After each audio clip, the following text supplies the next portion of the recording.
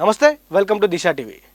రాష్ట్ర వ్యాప్తంగా నిన్న మొత్తం కూడా సిట్ విచారణ, అటు కేసీఆర్ నందినగర్కి రావడం, ఆ నివాసంలో ఉండడం, అదేవిధంగా అక్కడ కేటీఆర్ హరీష్ రావు హాజరు కావడం, బీఆర్ఎస్ శ్రేణులు కూడా పెద్ద ఎత్తున ఆ నివాసం చుట్టూ కూడా రావడం, పోలీసులు కూడా మోహరించడం పెద్ద ఎత్తున, అదేవిధంగా రాష్ట్ర వ్యాప్తంగా బీఆర్ఎస్ నాయకులందరూ కూడా రాస్తా రోకోలు, బైక్ ర్యాలీలు, రేవంత్ రెడ్డి దిష్టిబొమ్మను దగ్ధం చేయడం కావచ్చు, ఇలాంటి చాలా అంశాలు అయితే నిన్న పెద్ద ఎత్తున జరగడం జరిగింది. అయితే దీనికంటే ముందు మనం ఒకసారి చూసుకుంటే గతంలో అటు రాధాకిషన్ రావు కావచ్చు, ప్రభాకర్ రావు కావచ్చు, హరీష్ రావు, కేటీఆర్ని కూడా విచారించడం జరిగింది. వీరందరినీ విచారించి వారి వాంగ్మూలం తీసుకొని ఎవరైతే కేసీఆర్ గారు ఉన్నారో బీఆర్ఎస్ మాజీ ముఖ్యమంత్రి బీఆర్ఎస్ చీఫ్ కేసీఆర్ గారికి నోటీసులు ఇవ్వడం జరిగింది. 160 సిఆర్పిసి ప్రకారం తన వయసు పైబడడం వల్ల మీ నివాసంలోనే విచారిస్తామని దానికి కూడా వారు సహకరించడం జరిగింది. సిట్ అధికారులు దానికి ఓకే చెప్పడం జరిగింది. అయితే కేసీఆర్ గారు మాత్రం ఏదైతే తనకు సంబంధించినటువంటి ఫామ్ హౌస్ ఉందో ఆ ఫామ్ హౌస్లో అక్కడ విచారణ చేయాలని చెప్పడం జరిగింది. కానీ ఎవరైతే సిట్ అధికారులు ఉన్నారో వారు మాత్రం మేము మీ నందినగర్ నివాసమే అన్నింటిలో అధికారికంగా ఉంది, అక్కడే మిమ్మల్ని విచారిస్తామని కూడా చెప్పడం జరిగింది. అయితే నిన్న మధ్యాహ్నం 3 గంటలకు వారు విచారణకు రావాలని కూడా చెప్పడం జరిగింది. అదేవిధంగా నిన్న అక్కడ ఫామ్ హౌస్ నుంచి, ఎర్రవల్లి ఫామ్ హౌస్ నుంచి 11 గంటలకు బయలుదేరి వచ్చేసి ఇక్కడ లంచ్ కంప్లీట్ చేసుకుని పార్టీ సంబంధించినటువంటి నాయకులతో కొంతమందితో మాట్లాడిన తర్వాత 2 గంటల సమయంలో అక్కడికి అందుబాటులో ఉండడం తర్వాత 3 గంటలకు సిట్ అధికారులు రావడం జరిగింది. సిట్ అధికారులు వచ్చిన తర్వాత కూడా కేసీఆర్ లాయర్లను తనతో పాటు తీసుకొని వెళ్ళే ప్రయత్నం అయితే చేశాడు. కానీ లాయర్లకు కూడా అనుమతి లేకుండా అటు కేటీఆర్ని, హరీష్ రావుని అందరినీ కూడా బయటికి పంపించి తన ఇంట్లో ఉన్నటువంటి 2వ ఫ్లోర్లో, ఏదైతే 2వ ఫ్లోర్ ఉందో ఆ 2వ ఫ్లోర్లో విచారణకు తీసుకువెళ్ళడం జరిగింది. అయితే విచారణలో మొట్టమొదటి క్వశ్చన్గా తనని ఆ పెద్దాయన మీరేనా అని అడగడం జరిగింది. ఆ పెద్దాయన మీరేనా అడగడానికి గల కారణాలు ఏంటంటే గతంలో అటు ఎవరైతే రాధాకిషన్ రావు ఉన్నారో ఆ పెద్దాయన సుప్రీం తనే మొత్తం తన కన్ను ఈ అంతా జరిగిందని కూడా చెప్పడం జరిగింది. అయితే ఫోన్ ట్యాపింగ్ విషయంలో ఈరోజు చాలా కీలకమైనటువంటి అంశాలు వాటిని అడగడం జరిగింది. దాంట్లో కొన్ని మనం హైలైట్స్ చూసుకుందాం. ఫోన్ ట్యాపింగ్ మీకు తెలిసే జరిగిందా, ఇవన్నీ అంశాలు మీకు తెలిసే జరిగాయని కూడా వారు అడగడం జరిగింది. సో అడిగిన వాటికి కొన్ని దాదాపు ఈరోజు వారు ప్రిపేర్ చేసుకున్నటువంటి క్వశ్చన్లో 60 క్వశ్చన్ల వరకు అడగడం జరిగింది. ఎవరైతే కేటీఆర్ కావచ్చు, హరీష్ రావు కావచ్చు, అదేవిధంగా ఈ రాధాకిషన్ రావు, అదేవిధంగా ప్రభాకర్ రావు వాంగ్మూలం నుంచి తీసుకున్నటువంటి 60 క్వశ్చన్లు వారు తీసుకోవడం జరిగింది. తీసుకున్నటువంటి క్వశ్చన్లో కూడా చాలా పెద్ద ఎత్తున వారిని 5 గంటల పాటు విచారణ చేయడం జరిగింది. సో ఎన్నికల ముందు మీరు ప్రతిపక్ష నేతల ఫోన్లు ట్యాప్లు చేశారా, లేకపోతే మీరు బ్లాక్మెయిల్ చేసి ఎలక్టోరల్ బాండ్స్ ఏవైతే ఉన్నాయో సంధ్యా కన్వెన్షన్ ద్వారా మీరు ఎలక్టోరల్ బాండ్స్ని మీకు ఎలా వచ్చాయని కూడా వారు ప్రశ్నించడం జరిగింది. వారిని ఏదైనా బ్లాక్మెయిల్ చేశారా మీరు అదే గురించి అడగడం జరిగింది. అదేవిధంగా మీరు ఎలాంటి రాజకీయాల ప్రయోజనాల కోసం ఈ ఫోన్ ట్యాపింగ్ జరిగిందా అని కూడా అడగడం జరిగింది.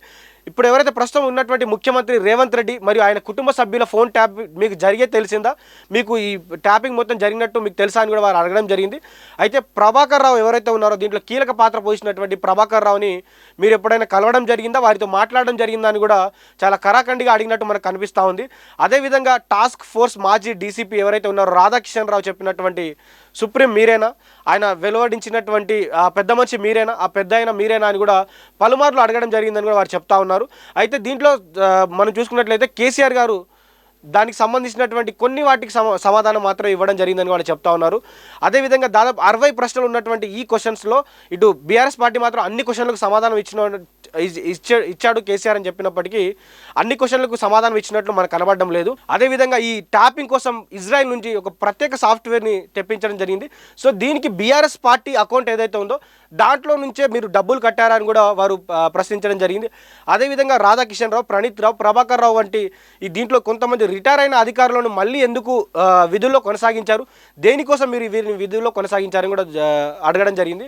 ఏదైతే ఎమ్మెల్యే కొనుగోలు ఆడియో మీకు ఎలా వచ్చింది, అప్పుడు ఈ ఎమ్మెల్యే కొనుగోలు విషయం అనేది చాలా పెద్ద ఎత్తున కూడా దీన్ని చాలా హైలైట్ చేయడం జరిగింది. ఎమ్మెల్యే కొనుగోలు చేస్తున్నారు, పార్టీకి డ్యామేజ్ చేసే విషయాలు జరుగుతున్నాయని కూడా చెప్పడం జరిగింది. అదేవిధంగా అవసరమైతే మరోసారి కేసీఆర్ని విచారిస్తామని కూడా వారు చెప్పడం జరిగింది.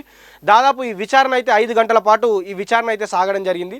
దాదాపు కేసీఆర్ గారిని 60 ప్రశ్నలు అడిగి ఉంటే దాంట్లో దాదాపు కొన్ని ప్రశ్నలకు మాత్రమే తను దాదాపు సమాధానం చెప్పి మళ్ళీ ఏదైతే ఎర్రవల్లి ఫామ్ హౌస్ ఉందో ఆ ఎర్రవల్లి ఫామ్ హౌస్కి వెళ్ళిపోవడం జరిగింది. ఇదంతా చూసిన తర్వాత అటు ప్రజలు కూడా చాలా పెద్ద ఎత్తున అక్కడ నందినగర్ నివాసం బయట వేచి ఉండి కేసీఆర్ గారి కోసం పడిగాపులు కాసినటువంటి పరిస్థితి కనిపిస్తూ ఉంది. అదేవిధంగా రాష్ట్ర వ్యాప్తంగా నాయకులు కూడా పెద్ద నాయకులు కూడా అక్కడికి రావడం జరిగింది.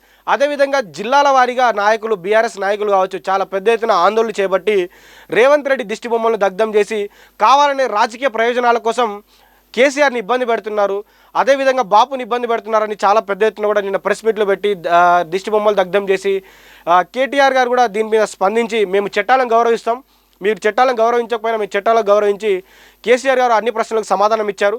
రానున్నటువంటి రోజుల్లో రాజకీయాల్లో మేమేంటో కూడా చూపిస్తాం, మమ్మల్ని ఎంత ఇబ్బంది పెడుతున్నారో రానున్నటువంటి రోజుల్లో మేము కూడా దానికి బదులు తీర్చుకుంటామని కూడా నిన్న మాట్లాడడం జరిగింది. అదేవిధంగా ఇదంతా సినారియో చూసుకుంటే అటు కాంగ్రెస్ పార్టీ నుంచి ఉన్నటువంటి నాయకులు ఏమంటున్నారంటే సిట్టుకు మాకేం సంబంధం, సిట్టు తన పని తాను చేసుకుంటూ పోతుంది, ఫోన్ ట్యాపింగ్ చేస్తుంటే దానికి సంబంధించినటువంటి చర్యలు అయితే తీసుకుంటారు, మమ్మల్ని ఎందుకు మా పార్టీ ఎందుకు మిమ్మల్ని కక్ష సాధిస్తుందని కూడా అటు అటు కాంగ్రెస్ పార్టీ చెప్తా ఉంది. బీజేపీ పార్టీ మాత్రం ఇదంతా జరిగే పని కాదు, వారు ఓన్లీ రాజకీయాల కోసం రానున్నటువంటి మున్సిపాలిటీ ఎన్నికల కోసమే ఇదంతా జరుగుతుందని కూడా చెప్పడం జరిగింది. అదేవిధంగా ప్రజా సంఘాల నాయకులు ఎవరైతే ఉన్నారో ఇటు బీసీ రిజర్వేషన్ అంశం కావచ్చు, అదేవిధంగా రాష్ట్రంలో ఈ అభివృద్ధి ప్రాంతంలో నడవకుండా ఇవన్నీ జరుగుతున్నటువంటి తరుణంలో ఇవన్నీ పక్కదారి పట్టించడానికి డైవర్షన్ పాలిటిక్స్ కాంగ్రెస్ పార్టీ చేస్తుందని కూడా చెప్పడం జరిగింది. ఇవన్నీ చూసుకున్నట్లయితే ఇటు కేసీఆర్ని విచారించడం అయితే జరిగింది. గతంలో కూడా కాళేశ్వరం విషయంలో మొత్తం విచారించిన తర్వాత దాన్ని సిబిఐకి అప్పగించడం జరిగింది. మరి ఈ కేసును ఏం చేస్తారు, మరి రానున్నటువంటి రోజుల్లో ఈ కేసుకి ఉన్నటువంటి ఇప్పుడైతే అందరిని విచారించడం జరిగింది, వారి వాంగ్మూలం తీసుకోవడం జరిగింది, మరి ఎలాంటి యాక్షన్ తీసుకుంటారు రానున్నటువంటి రోజుల్లో, మరి ఈ పార్టీని అసలు కేసీఆర్ని అరెస్ట్ చేసే దమ్ము మరి కాంగ్రెస్ పార్టీకి ఉందా, అంతటి సాహసం చేస్తారా? ఎందుకంటే మనం చూసుకున్నట్లయితే ఆంధ్రప్రదేశ్లో చంద్రబాబును అరెస్ట్ చేసినటువంటి జగన్ ప్రభుత్వం ఎలా కుప్పకూలిందో మనకు తెలుసు. ఎందుకంటే కేసీఆర్ అంటే తెలంగాణకు ఒక సెంటిమెంట్గా అందరు భావిస్తున్నారు కాబట్టి చూడాలి మరి అసలు కేసీఆర్ అరెస్ట్ చేస్తారా, లేకపోతే కేటీఆర్ హరీష్ రావు అరెస్ట్ చేస్తారా, లేకపోతే ఇదంతా మున్సిపల్ ఎన్నికల ముందు ఇది ఒక డ్రామాలాగా చూడవచ్చా అనేది కూడా వేచి చూడాల్సిన అవసరం అయితే ఉంది.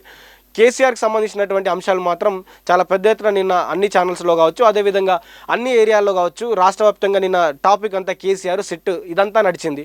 సో కేసీఆర్ మాత్రం నిన్న విచారణకు హాజరై మళ్ళీ తన ఎర్రవల్లి ఫామ్ హౌస్కి అయితే యథావిధిగా వెళ్ళిపోవడం జరిగింది. ప్రజలు మాత్రం ఎక్కడికక్కడ కూడా నిరసనలు వ్యక్తం చేస్తున్నటువంటి పరిస్థితి. అదేవిధంగా కాంగ్రెస్ బీఆర్ఎస్ మధ్య కూడా చాలా పెద్ద ఎత్తున మాటల యుద్ధం అయితే జరుగుతూ ఉంది.